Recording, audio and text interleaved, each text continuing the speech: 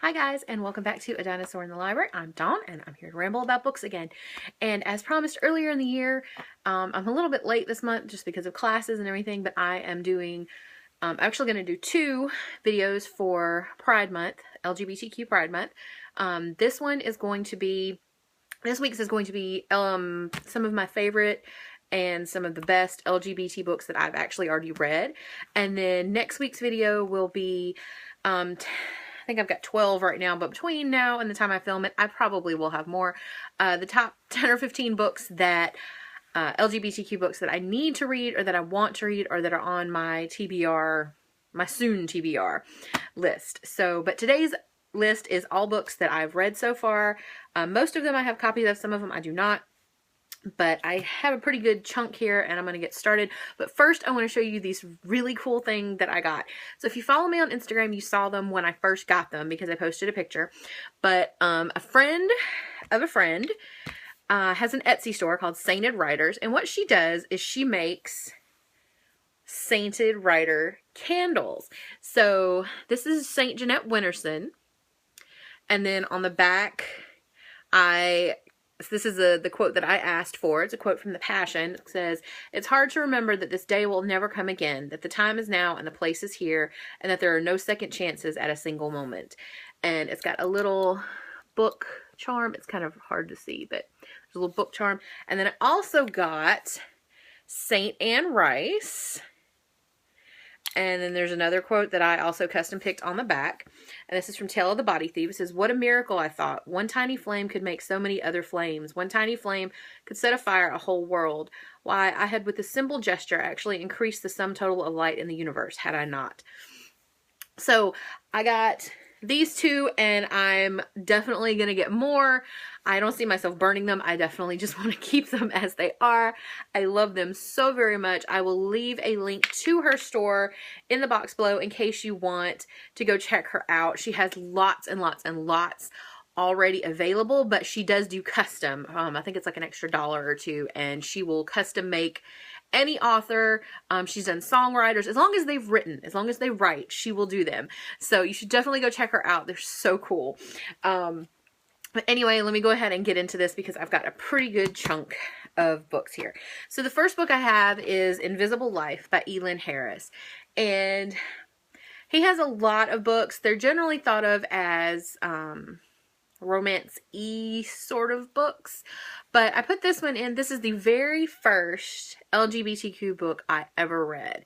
When I was growing up in my hometown, but when I was but a wee lesbian, and I had not even fully come out to myself, but was still hiding and convinced I was going to hell and all these other things. I trolled my library quite a bit. I lived in those stacks for a good portion of my life. And this was a book that I just happened to discover. And I don't know, I think I saw it on, you know, a display, or I saw it on the shelf and just pulled it out. The title kind of called to me, Invisible Life. And I looked at the cover and there was something about the way that they look. I didn't even read a description or anything. And there was just something about the way the 2 men were looking at each other that I thought, you know, this is probably about gay people. And it is. It's about a bisexual man. And it's been so many years since I've read this, but I refuse not to have a copy of this on my shelf. It's about a bisexual man who is essentially hiding. He's in the closet. And, you know, a lot of Elin Harris's books are about that. But this was the very first one I ever read. I read it in snippets, hiding in the library.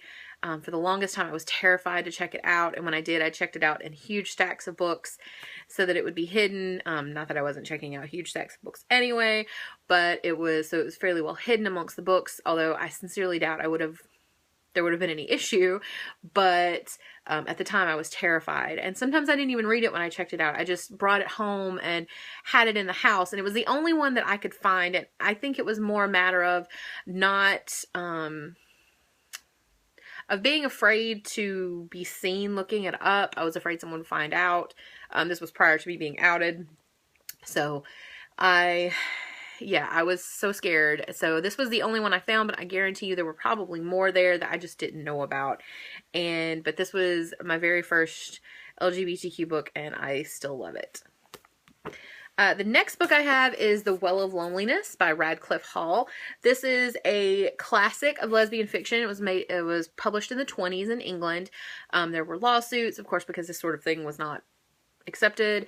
And, you know, it's an early lesbian fiction novel, so of course there's sadness and tragedy and all of this, but it's something that I think a lot of people need to read, especially people in the LGBTQ community, but pretty much everybody, because it's just a really good book. And if you're interested, there's also a lot of good stuff out there about Radcliffe Hall, about her life, about the trial, and all the crap that surrounded the publication of this book.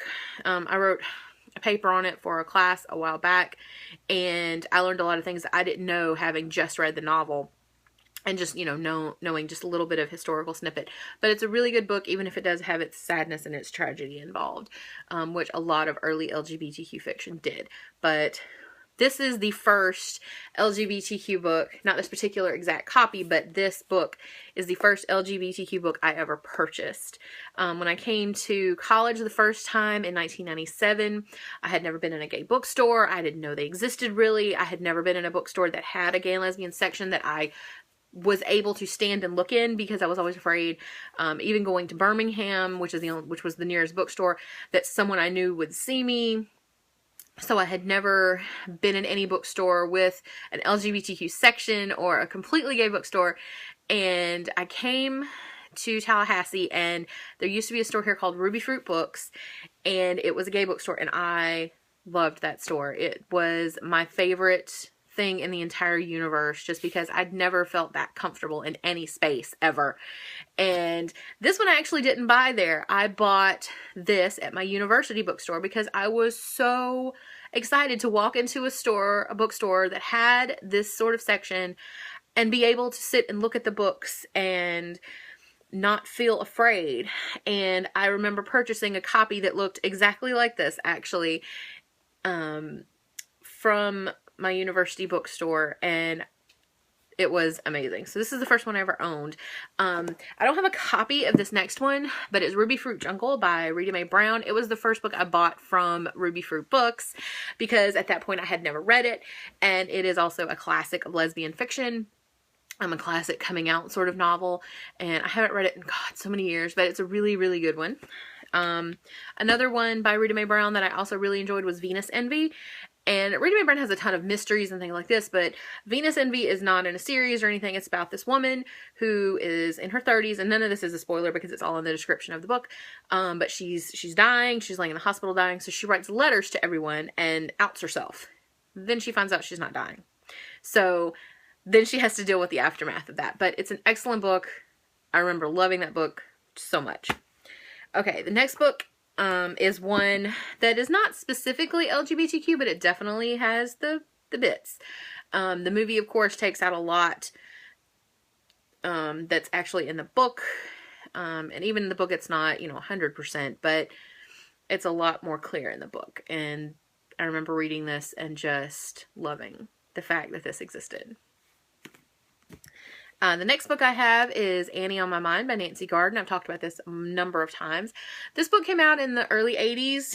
I can't remember which year, maybe 81, something like that. But I did not read it until I was in graduate school, which was only until I came to FSU to do my master's in library science, so I read it about 2 years ago. And this is a singularly important novel to my mind because it's touted as one of the first LGBTQ books, especially for young adults, that doesn't end in tragedy. And I loved this. I cried so hard when I read this book because this is the book that 16-year-old me needed. I desperately needed this book, and I wish, for multiple reasons that I had a time machine, but I wish I could go back in time and give this to her and just, find her in the library and say, listen, you should read this. Just don't ask questions. Just go read it. Yeah, so it's beautiful. It's it's not something that would come out now, because it does have its issues, but, for its time, it was certainly different. Okay, so the next 3 books are graphic novels, and the first one is one that a lot of people know, if only because the Broadway show or the musical has recently come out, and that is Fun Home by Alison Bechdel. This is a family tragicomic, and this is a graphic novel depiction of part of her life. This is one of her 2 autobiographical graphic novels. The other one is Are You My Mother? I prefer this one to Are You My Mother, even though Are You My Mother is awesome. But this is about her, especially, and her father. And it's wonderful. I love Alison Bechdel so much. And the next one I'm going to do, as I don't have a copy of, it is Dykes to Watch Out, The Essential Dykes to Watch Out For. Alison Bechdel had an extremely long-running comic strip in multiple LGBTQ newspapers across the country, and it was called Dykes to Watch Out For. And it was just about the gay community. And it was a wonderful, wonderful comic. And there's a big, huge hardback bind up of it. My university library has it. I love it. It's on my Pride display right now, actually. And I read it as soon as I found it because I used to love reading that comic strip, but it's excellent. And that is also Alison Bechdel. And if you've never read anything of hers, you may have heard of her because of the Bechdel test for movies. And if you don't know what that is, look it up. It's not really relevant to this video, but it's important. The next one is Stuck Rubber Baby by Howard Cruz, and this has an introduction by Alison Bechdel. I had not read this.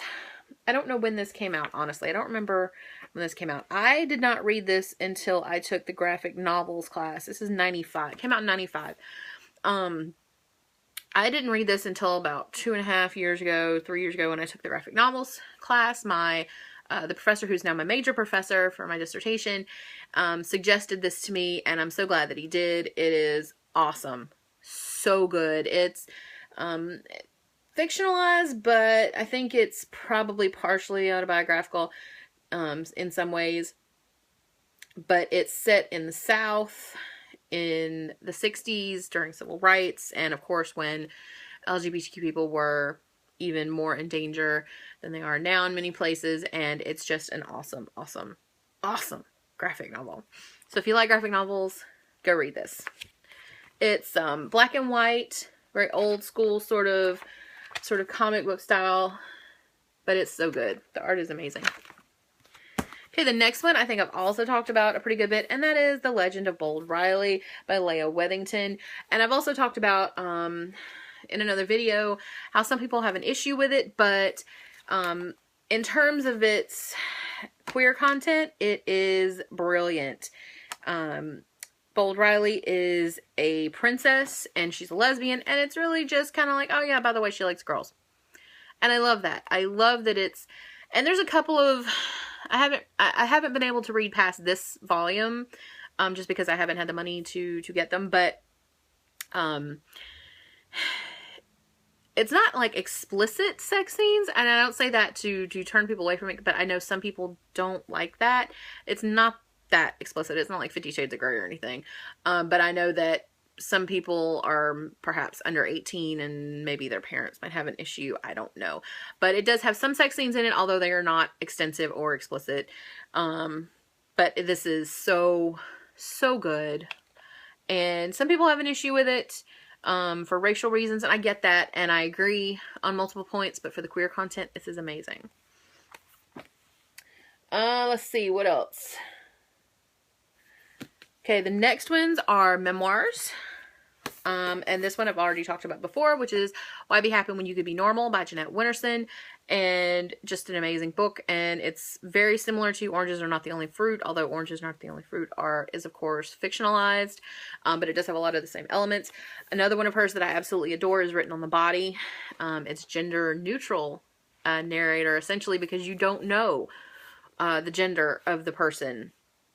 I can't remember if it's been a number of years. I can't remember if you don't know the gender of the person that they're in love with or the gender of the narrator. I think you don't know the gender of the narrator. But it's Jeanette Winterson. She's brilliant. She's amazing. Anything she writes is awesome. But this is her memoir. And then this one is an ARC that I got from a Goodreads giveaway probably a few years ago. It's called Cowboyz Armageddon and the Truth, How a Gay Child Was Saved from Religion by Scott Terry. He grew up Jehovah's Witness. And he, of course, is gay. And this is just a really, really, really good memoir. I don't hear enough about it anywhere to suit me because I just love this. There's a lot about Jehovah's Witnesses and growing up in that sort of family, but there's also a lot about growing up gay and that sort of family and growing up gay, period, with intolerant family members and everything like that. So if you have a chance, please read this. It has been published. This has been the ARC I've had for quite a while now, and it's signed, which I thought was cool. And I've talked to him online before, and he's a really nice guy, and I really, really enjoyed this. So please, please support amazing, amazing literature. Okay, this is going to be a really long video. Sorry, guys. Another memoir that I do not have a copy of, but that was amazing, was Me Little Deaf Queer by Terry Galloway. And she's actually local to Tallahassee. She does a lot with the Mickey Faust Playhouse, things like that around here. And it's all about her life growing up as a lesbian, but also growing up deaf. And the different sorts of things that are attached to that and how those things intersect, and it was just really good. And I don't know why I don't have a copy anymore. I really wish I did, because I would love to reread it, so I'm gonna have to go buy another copy.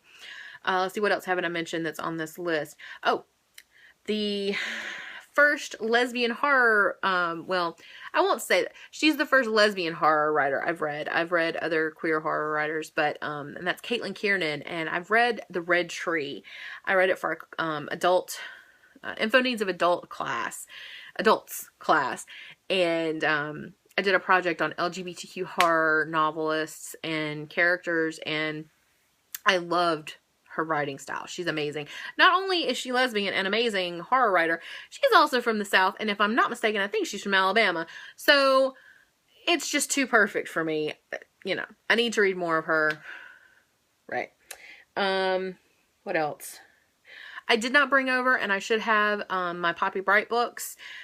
They're not all, it's not that every one of them is full of just queer content, but she is definitely a member of the queer community. He is definitely a member of the queer community. I'm so sorry. The books are published under Poppy Bright. He goes by Billy Martin now. He's transgender. And there's a lot of queer content. There's gay characters and things like that in the stories. And they're just really good. And I love seeing that sort of thing just worked in. It doesn't have to be the entire focus of the novel. Even if it is, it's amazing. But it's great just to see it worked in as a normal part of the universe. Because that's what it is, right? I'm going to get off that soapbox for a minute.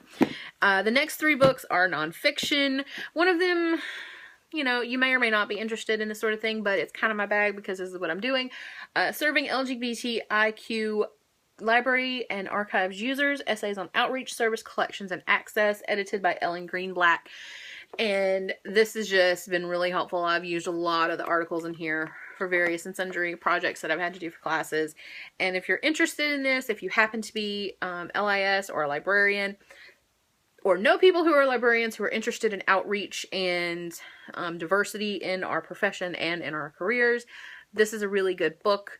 I guarantee you can probably ILL it. I guess I think I paid like $40 or $45 for this, but I'd had the copy out from the library for over a year, and I had so many post-it notes in it, it was ridiculously hard to turn pages, so I figured I needed to go ahead and buy it. So it's not a cheap book, but it is really, really good, so definitely see if you can ILL it or borrow it from somebody else. It's so good. And then the next 2 are just general nonfiction.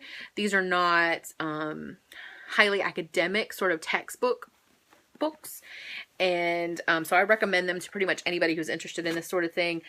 This one, Pray the Gay Away, The Extraordinary Lives of Bible Belt Gays by Bernadette Barton. I have used the hell out of this book. She gets quoted in everything I do. And then another one that also gets quoted is Out in the Country, Youth Media and Queer Visibility in Rural America by Mary L. Gray. These 2 books are perfection for what I'm doing, because they talk about rurality and queerness, especially in the American South, which is completely what I'm doing and completely what I need, and there's just not that much out there. So when I found these, I was ecstatic. Anyway, guys, I think that I have come to the end of that list. This is not by any means all of the LGBTQ books I've ever read. It's not even probably a tenth of them, and it's not even the best LGBTQ books on the market. These are just the ones that I've read and I've loved, and I definitely recommend to everybody. But there are tons more out there. If you have some great suggestions for me, please leave them in the box below. If I've read them, we can talk about them. And if I haven't, I will add them to my ever-growing massive TBR and get to them eventually, hopefully. And next week's video will be my top 10 or 15, however that turns out, LGBTQ books that I want to read in the near future, or that I just haven't read yet. And I hope that everybody has had a wonderful week, and I hope everybody out there is celebrating Pride. And if you're not LGBTQ, that doesn't mean you can't celebrate. It just means you're a little bit outside of our acronym there, but allies are always welcome. So, and for all of you who are allies out there, thank you so much. It's wonderful to have so many people in the community that are allies, that stand up for LGBTQ rights when they don't have to. And yeah, thank you so much. And thanks for sitting here and listening to me for 20 minutes rambling about books again. And I will see you all in the next video. Bye.